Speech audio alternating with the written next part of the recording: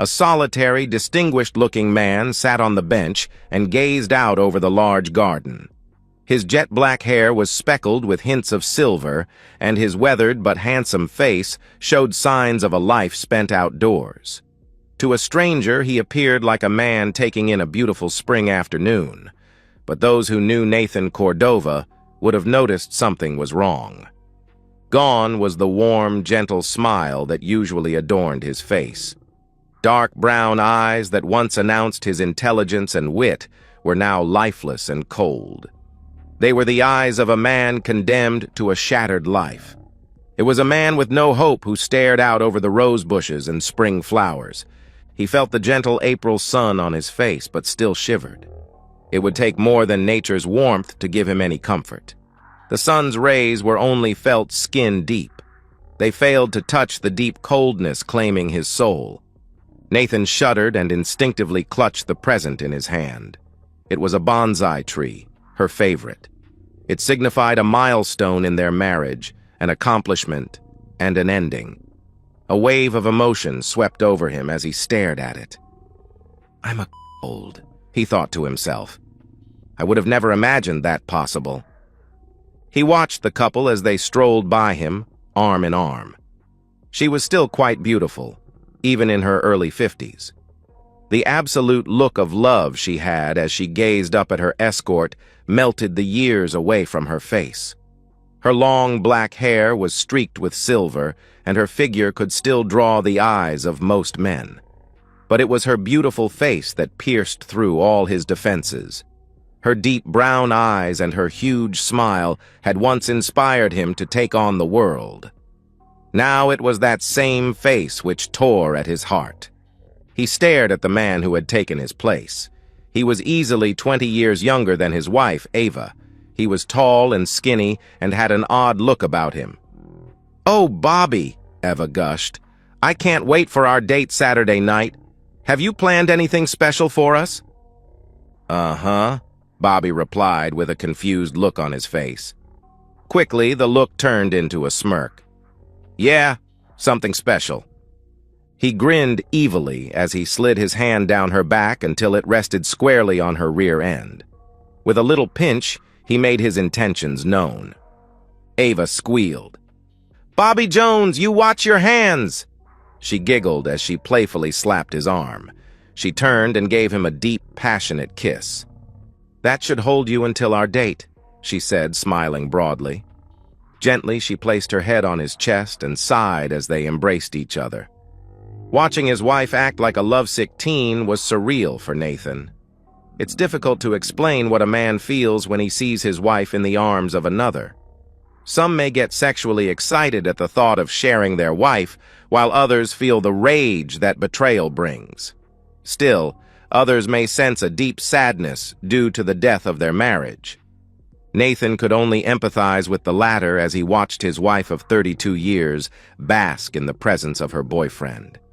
He felt the storm of so many emotions churning inside of him, screaming to erupt. He could never have shared her. It wasn't in him, since neither his heart nor his beliefs would have ever allowed that. Of course, he wasn't exactly sharing her now. It had all the aspects of a bad dream, a nightmare he couldn't wake up from. He'd lost her, and it appeared she wasn't coming back. It was the slow death of his marriage that brought so deep a coldness to his soul. It had been over 8 years since he'd learned of his impending pain. However, it had only been the last year and a half that it had become a reality. His head and his heart were in a constant battle. He understood why they were in this hell, but it didn't lessen the torment he felt watching it. He fought the dark despair by concentrating on happier times. He smiled as he remembered the first time he'd met Ava Navarro. She'd been with her family as they spent their summer in the south of Spain. At 20, he was supervising the construction crew working on her family's villa. She'd mesmerized him the first time she spoke. Even after the work was done, he'd found reasons to spend time around the 18-year-old beauty. Most had thought it was only a summer romance, but Ava's parents knew almost before the young couple did. They'd been able to see into their daughter's heart and knew she was completely taken with him. After meeting with him several times, they were convinced he was as smitten as Ava was, but they feared the couple was still too young. When Ava and her family went back to the States, Nathan attempted to follow. He began the long process of attaining a visa. The physical distance between them caused Ava's heart to burn even more passionately for him. Soon, she'd convinced her father to intercede on his behalf, which included offering him a job. With the Navarro family influence, his visa process became much shorter. Soon he'd found himself in America, working on a construction crew. 2 years later, they were married. It started a 32-year married love affair that until recently had been the envy of both family and friends. Nathan closed his eyes and wrapped himself in the warm memories of his bride. His smile slowly turned sad as he began to relive the last several years. 8 years ago, Ava had been diagnosed as being in the early stages of Alzheimer's. His beautiful bride had only been 44 at the time. For the next several years, they'd struggled with the fear and doubt that comes with such a death sentence. After countless tears and prayers with their family and the church, he and Ava sat down to make some difficult decisions. They'd sought counsel from many sources: their priest, Father Bernard, their 3 adult children, close friends and relatives, specialists, and lawyers. 4 years ago, they made several changes in their lives, changes they hadn't planned to make for at least another decade. Nathan turned the family construction company over to their sons, Marcus and Antonio. He knew they would continue to make it thrive, and they had. He'd left himself on the payroll so the business would help him and Ava maintain their insurance. Effectively retired, they used the opportunity to spend as much time together as possible. They weren't rich, but they were very well off. Nathan decided, with Eva finally relenting, to spend some of their nest egg on traveling together.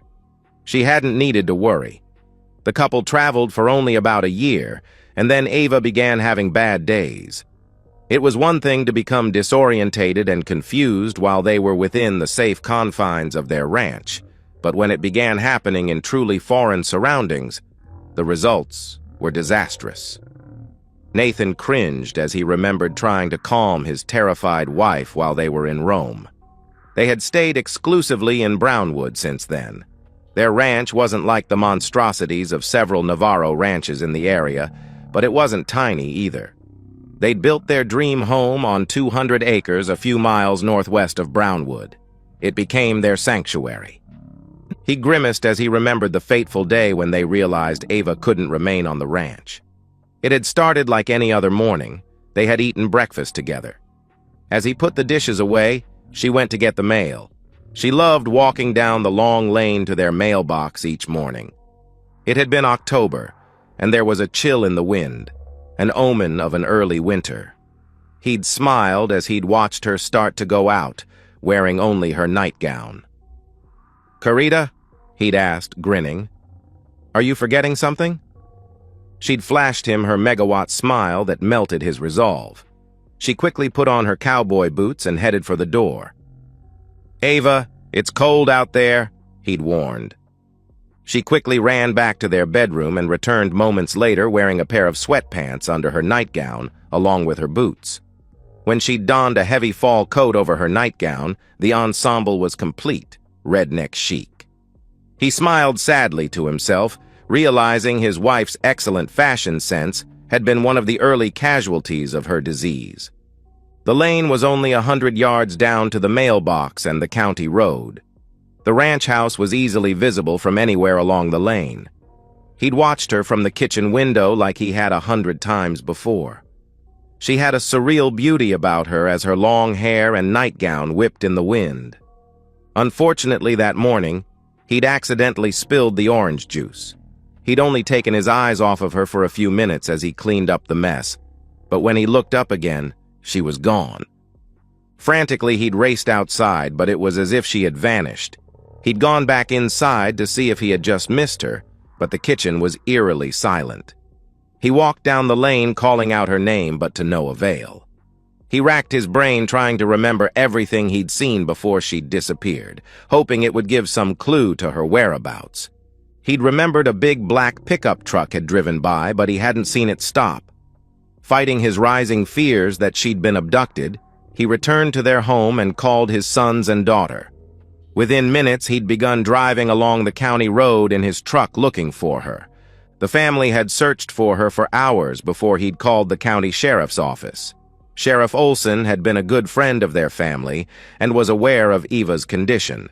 When Nathan had called, the sheriff had brought with him several deputies to join in the search. By late afternoon, Sheriff Olson had contacted the Brownwood police, and in less than an hour, half a dozen Brownwood police officers had joined the manhunt. One of the off-duty officers stumbled across her a couple of hours after dark in an old machine shed a few miles away from the ranch. She'd been found huddled inside, covered by some empty feed sacks. They'd taken her to Sacred Heart because she was suffering from exposure. Nathan remembered the tearful reunion. When he saw her in the emergency room, his heart had broken. Her hair was wild and covered parts of her face, and her eyes were still wide with fear. She'd recognized him and had begun crying as she ran to him. "Querido, I'm sorry," she'd sobbed as she clung to him. "I don't know what happened. I got lost, and then I ran." "Hush, querida," he'd replied gently as he stroked her hair. "I have you now. You're safe." "I couldn't find you. I remember running and running. I ran until I couldn't anymore. It was getting dark and I found an old shed. I went in and tried to stay warm, but it was so cold." "Shh," he cooed softly as he held his 50-year-old wife as she sobbed like a child. "It's over now. You're going home." It had taken the rest of the night to calm her down. As he held her, he realized things were about to change. Over the next few weeks, they'd discussed what they should do. It was evident she couldn't safely stay on the ranch, but it didn't make the decision easier. So many nights he'd held her as she cried herself to sleep. It was only after she was asleep he'd allow his own tears to fall. How do you fight something like that? How do you protect your loved ones from an enemy with no face? He knew it was a losing battle. They both did. They were fighting an insidious enemy that took no prisoners. She'd had another bad episode the week before she was to check into Brookhaven. She'd become hysterical at the thought of leaving their home. He'd held her, and they'd both wept as she begged him not to send her away. He'd almost given in that night, but Ava woke up the next morning screaming at him. She hadn't recognized him and was upset she'd woken in bed with a stranger. His heart broke. It was time. That was 18 months ago. Since then, Ava's condition has deteriorated rapidly. The first several months were difficult. Nathan had visited 2, sometimes 3 times a day. Their children visited almost daily. The most painful were those days Ava didn't understand why he had to leave when visiting hours were over. He fought back his tears, remembering her crying and pleading with him not to leave her there. "At least she's not being tormented anymore," he silently sighed. "A small blessing due to the fact she doesn't remember us anymore. God, I know I should be grateful, but it hurts." Her laughter brought him out of his morose thoughts. It wasn't her laugh that had surprised him. She was always so full of life. It was the lack of joy that laugh now brought him. Once it would have brightened even his darkest moods. Now, he was only numb. 10 months ago, Bobby came back into their lives and brought with him a pain Nathan had never considered. He'd spent each day trying to remind Eva of her past, to remember him. Each day had been a battle. On those days she remembered him, he'd have his precious wife for the remainder of the day. However, on those days she didn't remember him, she'd find her way back into Bobby's arms. It was a slow, painful battle, one he'd finally lost. She hadn't remembered him in the last 4 months. Bobby's real name was Martin Dorfman, and he'd recently transferred to the Brookhaven mental care facility. Nathan had learned he'd been in an auto accident 3 years ago and received severe head trauma which had left him mentally disabled. What was frustrating was that Martin wasn't even the second incarnation of Bobby Jones, just the latest. The original Bobby Jones had been Ava's high school sweetheart over 35 years ago. Now it appeared that any tall, skinny white male could be Bobby in his wife's mind, just like that son of a blip Harold Frost. Nathan sighed heavily. Stop it. He chastised himself. He was as sick as Ava was. He struggled to put the 60-ish beanpole of a man with dementia out of his mind. Usually, Eva's romances with her Bobby were that of a star-struck high school girl, full of kisses, giggling, and heavy petting. Occasionally, it had gone farther than that, like it had with Harold. Nathan desperately shut his eyes, trying to force his mind from going down that path. He was startled out of his revelry by the gentle sound of a woman clearing her throat. "Is this seat taken?" A hint of a smile formed as he recognized the voice. Opening his eyes, he stared up at an attractive woman in her late 40s. He knew her age because she'd told him, not that he would ever have guessed it.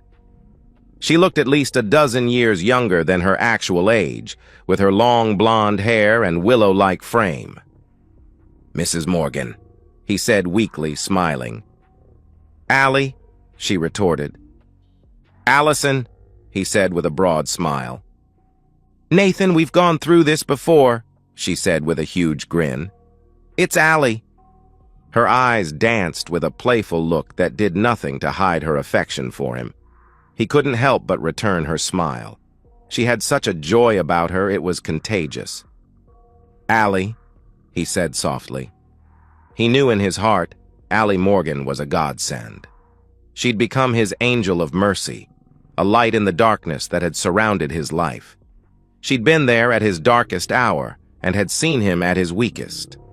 Nathan painfully replayed that terrible day. He was ashamed that his visits had diminished drastically after the time he'd actually found Eva with Harold.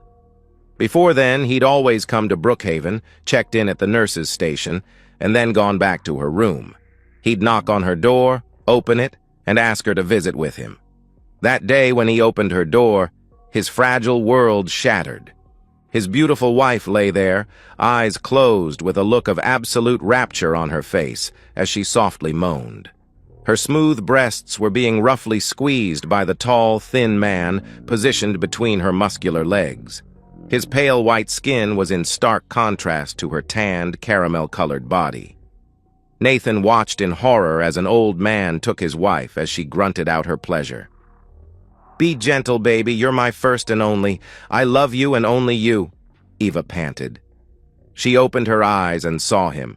With a shriek, she pushed Bobby off of her and tried to cover herself. A stunned and confused Harold Frost fell off the bed. "Who are you? Why are you in my room?" she'd screamed at Nathan. Nathan staggered back out into the hall, still transfixed on the scene within the room. When he finally was able to pry his eyes away, he noticed his hands were shaking and he was having trouble breathing. Mercifully, he'd made it out into the garden before his emotional dam broke. It was one thing to know she was in love with Bobby, but to see her giving herself to him had destroyed him. He'd always been the rock of stability in his family, the one they could always count on. Now he felt his life pour out of him from the gaping wound where his heart had been. A good man, a loving husband and father, sat alone on a cold, concrete bench and wept. He didn't know how long he'd sat there, but soon he felt the warm softness of a woman's arms as they enveloped him. He looked up to see Allie's tear-streaked face as she pulled him closer. She held him as he sobbed. Had it not been for Allie Morgan, he may have had a complete breakdown. The ramifications of that day were far-reaching. Harold Frost was transferred to a facility down in the city. Brookhaven, like most of those types of facilities at that time, didn't have a policy dealing with patient intimacy. That soon changed. In addition to their new policy, all patients were now required to wear small ankle bracelets carrying a tracking device. The facility also now had yellow lines on the floor and other optical deterrents to keep patients from wandering off. During that time, Allie had stood beside him. He knew then she was more than just a friend. But how much more? He questioned himself. And did my hope for something more allow me to do what I'm doing? His eyes began to tear as his guilt and shame threatened to sweep over him. "What kind of husband am I?" he berated himself. "I vowed before God and family that I would stand beside her until death did us part, whether in sickness or in health. How can I break those vows?" "Nathan?" Her gentle voice pulled him out of his private hell. He looked at her with a deep sorrow in his eyes. "It's our 32nd anniversary," he managed to whisper. She nodded. He could tell she was fighting back tears of her own, tears for him and his pain. "I know that's why I'm here." It had been several weeks since he'd seen her last. It had been at her father's funeral. He hadn't gotten the chance to talk with her much then. She'd been surrounded by her son and daughter and their families. As he thought back to her father, he realized Brookhaven had become a much more peaceful place since his death. Her father had constantly sat at his bedroom window and wept. He'd frequently call out to his wife who had run away from him years earlier. It was disturbing and sad, regardless of the man's past. "I didn't get to speak with you much at the funeral," he gently explained. She smiled weakly. "It's all right, Nathan. I had my family around me. It was a bittersweet day. I was sad to lose my father, but it was a blessing in many ways. Nathan, my father wasn't a nice man. I've told you some of what he was like. He was an alcoholic and extremely abusive. He was so bad that he drove my mother away. Unfortunately, she didn't take my 2 brothers and me with her. These last 4 years, the only thing he's remembered was my mother and how he chased her away. Finally, he's at rest, although I doubt that he's at peace. To be honest, I've been fighting a little guilt. I hadn't expected myself to be so relieved at his passing." Nathan nodded. "Allie, I do understand. More than most might. I understand impossible, painful situations, and I can only guess the relief one experiences when they pass." She smiled warmly at him. "I know you do, and that's why I'm here today. Over the last 6 months, we've become good friends, so I knew you'd be here on your anniversary." He stared down at the tiny tree he held. After a few moments, she continued. "Is that an anniversary gift?" "Yes. They tell me it might be very therapeutic for her because she'll have to tend to it frequently. I even brought all the tiny tools she'll need as well." He looked up at her with a forlorn face, and tears started to form in his eyes. "But it's more than that. This time it's a farewell gift as well. I filed for a divorce this morning." She gently placed her hand on his arm. "Oh, Nathan, I'm so sorry." "I know she doesn't know what she's doing, but I can't sit by and watch her give her love to another man. My only other option is to stop coming here, but that would be like abandoning her. Of course, what I'm doing feels like I'm doing that anyway." "What'll happen now?" she asked. His face became stern, and she saw him set his jaw as if bracing himself against the inevitable oncoming storm. "Well, first the courts will appoint someone to represent Ava to look out for her best interests. It'll most likely be either Marcus or Tony. I hope it'll be Tony. He's had the hardest time with my decision. I know he understands what I'm doing, but he doesn't fully support it like Angela and Marcus do. Perhaps it's because he's still not married. Tony would be the best choice. He's always been very protective of his mother. Of course, I won't be trying to deny her anything. Eva's future care will be the main focus for all of us." Nathan became very quiet and stared down at the wedding ring he absently turned again and again on his finger. "After the divorce is granted," he hoarsely whispered, his voice choked with emotion. "After the divorce is granted, I'll apply for an annulment." He was silent for a moment, and Allie could tell he was fighting with his shame. "I feel like such a hypocrite. How can I, or anyone else for that matter, act like a 32-year marriage never existed? I'm sorry. I wish there was something I could say to take the pain away." He smiled weakly. "You being here helps me more than you know, Allison." She looked at him with an arched eyebrow. "Allie," he said softly with a sad smile, His words brought a warm smile from his female companion. Her eyes danced and her entire countenance changed from quiet and consoling to one full of life. "Have I ever told you what brought me to Brownwood?" He smiled, recognizing her gentle attempt to distract him. "You've told me pieces of your story, but I would be honored to hear the rest." She smiled warmly at her now captive audience. "Well, since you probably know most of it," she chuckled and winked at him, "I'll keep it short. Like Ava, I fell in love when I was 18. Unfortunately, she gave her heart to a good man who loved her back, and I fell for the local bad boy who got me pregnant. At least he married me, but 4 years later he ran off with his secretary, leaving me broke with 2 small children. That's what brought me to Brownwood. I got a job in the battery plant where I met my second husband, Phil Morgan. We were married for 15 years before he died of cancer. Since then, I've dated, looking for that special someone to spend the rest of my life with." Nathan grinned. After so many years of dealing with vague clients and slippery contractors, he found her directness refreshing. Allison Morgan seemed to know what she wanted and could no doubt be tenacious in striving for it. "I knew your late husband. He was a good man. I'm sorry for your loss." "Thank you. He was a good man. Now he's gone, but I know he'd want me to continue living my life." She gently smiled at him. "Nathan, from what you've told me, I have to believe the old Eva would want the same for you." His mind drifted to the pleas of his daughter months ago. "Papa, please," Angela had begged. "Stop doing this to yourself. You go day after day and watch her with him. It's killing you. Papa, please. Mama would understand." He'd felt the sting of her words. He knew she'd meant well. She was only looking out for him. What had upset him was that he knew she was right. Ava would understand. She'd even made him promise to go on with his life when the time came years ago.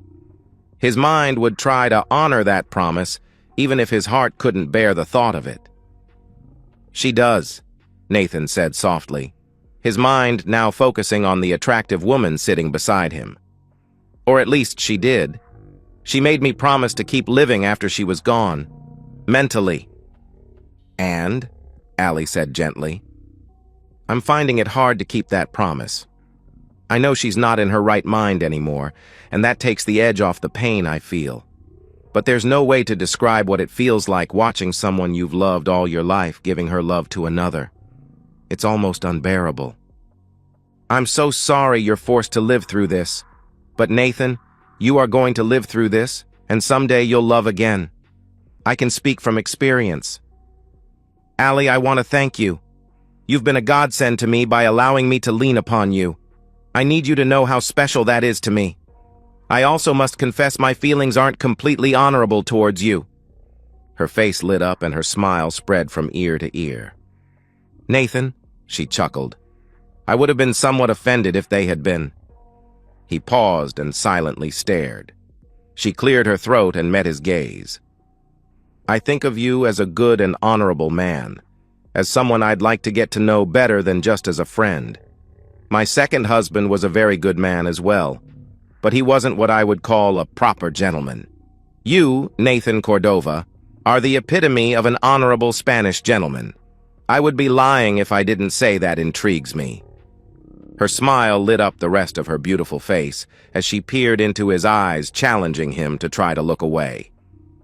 "Nathan, I'm only saying this because you've taken a huge step towards moving on with your life. I realize I haven't hidden my interest in you, but I would have never encouraged you until you had decided it was time to move on with your life. Allie, I can't say the thought of spending more time with you didn't have some influence on my decision. Oh no, Nathan. Please don't think that." He saw her pained expression and reached for her hand. She took his hand in both of her own. Sighing deeply, she peered into his eyes. "Nathan, you're a very handsome man, so I can't believe you haven't had many women show interest in you over the years. Are you telling me you never found any of them attractive?" "No, of course not. But I never acted upon those feelings." Exactly. And you haven't with me either. There was a reason we hadn't talked in several weeks. I knew you were getting close to making some heart-wrenching decisions and wanted to make sure I wasn't a factor in them. What you're feeling is the promise that the opposite sex still finds you attractive. It helps you get past the fears everyone feels when they begin a new chapter in their lives. If it wouldn't have been me, it would have been any of 1,000 women who'd assure you that you are still desirable. Nathan, tell me, this morning before you filed those papers, did you plan to call me up tonight and ask me for a date? He shook his head. No. All I could do was think about my marriage, he replied sadly. That's what you should have been thinking about. It was a huge step and all your attention should have been on it. Did you plan to call me tomorrow or later this week? No, it was too soon. She nodded. And how would you have called me? I've never given you my number. He paused for a minute and then remembered she owned the Alley Cat Diner over by the battery plant. Allie, I know you and your family run that diner. I guess I would have tried to call you there. She smiled warmly at him. Smart man, but you would have only reached a friend. I've never given you my personal number, simply because it wasn't appropriate. I've been careful not to do anything that could hurt our relationship if it ever went beyond being just friends. Nathan, over the coming months and even beyond, you'll feel guilty at times. And if you believe I had anything to do with you deciding to end your marriage, then it could poison anything we might have. Please, know I'm interested in you, but only after you've grieved the loss of your marriage. That's why I haven't tried to contact you sooner. I would have stayed away longer, but as a friend, I needed to see how you were doing. That's why I'm here today. Gently, she took his face in her hands and turned his head to look directly at her. With a tender caress of his cheek, she stared deeply into his soft brown eyes. Nathan, there is life after this. I know it may not seem like it now, but it's a life that has joy and love in it again. Whether that life includes me or not is something we'll eventually have to discover together. But for now, you need to grieve. Nathan, I won't contact you again until you feel ready to talk. You can call me as a friend if you need me. Anything more and you'll have to decide when. I'll wait for you for a time because I believe you're the type of man worth waiting for. He was silent for a few seconds before a tiny smile began to play on his lips. What number should I call? Her face lit up as she laughed. Reaching into her purse, she pulled out her makeup bag. Choosing carefully, she selected some lipstick and began applying it. She struggled slightly because she kept smiling each time she looked at him. Finally, when she was satisfied with the result, she pulled out a pen and piece of paper and wrote something. She smiled sweetly at him with mischief dancing in her eyes. Placing the piece of paper to her lips, she gave it a big kiss and then handed it to him. Call me, she said softly with a wink. He knew then there would be a dawn to his dark night. Nurse Helen Gruenberg made her way down the quiet corridors, checking on each patient. The night shift had always been challenging. It would go from silence to chaos if a patient woke up and didn't know where they were. Added to her tasks was her additional duty of playing chaperone. Some nights patients would get up and wander, sometimes even into another patient's room. Most times it was innocent, other times it wasn't. The couple that had kept her most busy had been Martin and Eva. It was a childlike game with them. The anklets all patients now wore made it easier to keep track of them, much to Eva and Martin's disappointment. As she approached Eva's room, she heard the sounds of someone crying. Quickly, she entered the room to find her patient sitting on her bed, staring at a tiny tree. Tears were streaming down her once beautiful face. Carefully, Helen sat beside her and gently put her arm around her. Eva, what's wrong? She whispered. I don't know.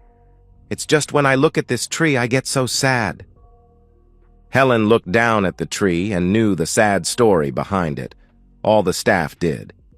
Eva had been meticulously tending it for the past 2 months, and it was beginning to thrive. Well, honey, she said softly. "Would you like me to remove it?" "No," Eva blurted out, then calmed herself. "No, I think it was a gift, but not from Bobby. Do you know who gave it to you then?" "I don't know, but I feel like I should. There's a card, but it's unsigned." Eva buried her face in her hands and sobbed. Helen gently reached over for the small card beside the bonsai tree. Quietly, she read it. "My querida, I'm giving you the only gift I have left to give you, your freedom. Goodbye, mi cielo." Gently, she wrapped Eva in her arms as the confused woman wept. Soon, she'd cried herself out and was exhausted. Helen tucked her in again and told her good night. "Do you want me to leave the door cracked open?" Nurse Gruenberg asked softly. Eva nodded her head. "Yes, please." As Helen went back to her station, Eva cradled her pillow and stared at the tiny tree's silhouette. The darkness of the room hid the fact that her tears had begun to fall again, and only the shadows in her room heard her desperate whispers. "Querido, where are you? Please don't leave me." And so, we've reached the end of today's story. Was it what you expected, or did it take a twist you didn't see coming? I'm curious to hear your thoughts. Share them in the comments below, and let's get a conversation going. If this story kept you hooked, make sure to hit that like button. And if you're new here or just haven't subscribed yet, now's the perfect time to join our community. I bring you fresh, captivating stories every day, so click that subscribe button and turn on notifications so you never miss out. Thanks for watching, and I'll see you in the next one.